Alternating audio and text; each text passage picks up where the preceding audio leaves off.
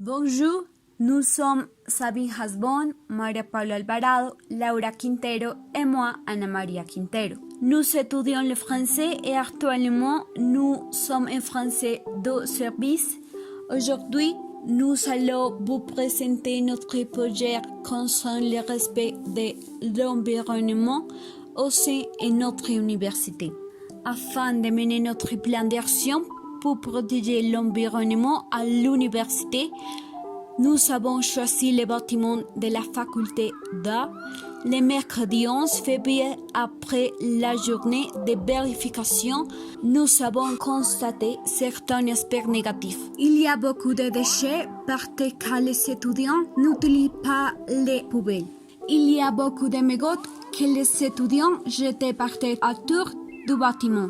Les lumières restaient allumées pendant toute la journée, même lorsqu'il n'y a personne dans les salles de classe.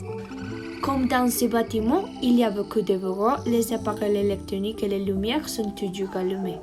Dans les bâtiments, les étudiants peuvent réchauffer leur déjeuner au deuxième étage dans le micro-ondes, mais ils ne sont pas débranchés quand ils ne sont pas utilisés. À Dunkin' Donuts, on utilise des gobelets de carton et là, il y a une seule poubelle, donc on ne peut pas recycler les déchets. Heureusement, il y a aussi quelques aspects positifs. Quelques œuvres d'art sont conçues à partir de matières recyclées. Les étudiants apportent leur thermos pour remplir d'eau et ne pas polluer la planète avec des bouteilles en plastique. Il y a un grand poids écologique où ils recyclent les bouteilles et les bouchons en plastique. Après avoir analysé ce bilan, nous avons pensé à organiser une campagne pour améliorer le respect de l'environnement dans les bâtiments d'art.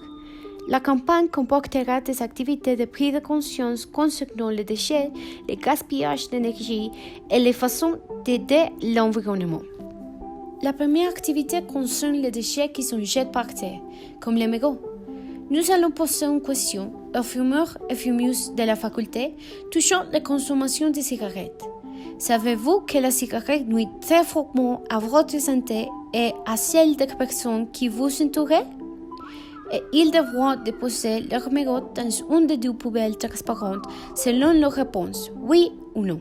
L'idée est de les mener à la réflexion et les encourager à étendre et jeter leurs mégots dans l'endroit correct et non par terre. Aussi, des affiches sur matériaux recyclables seront créés et collés partout dans les bâtiments. Grâce à elles, les étudiants pourront prendre conscience du recyclage des déchets. De plus, un code QR sera ajouté à afficher qui les dirigera vers la page Instagram de Javeriana Verde, où ils pourront voir le projet de recyclage de l'université et comment en faire partie.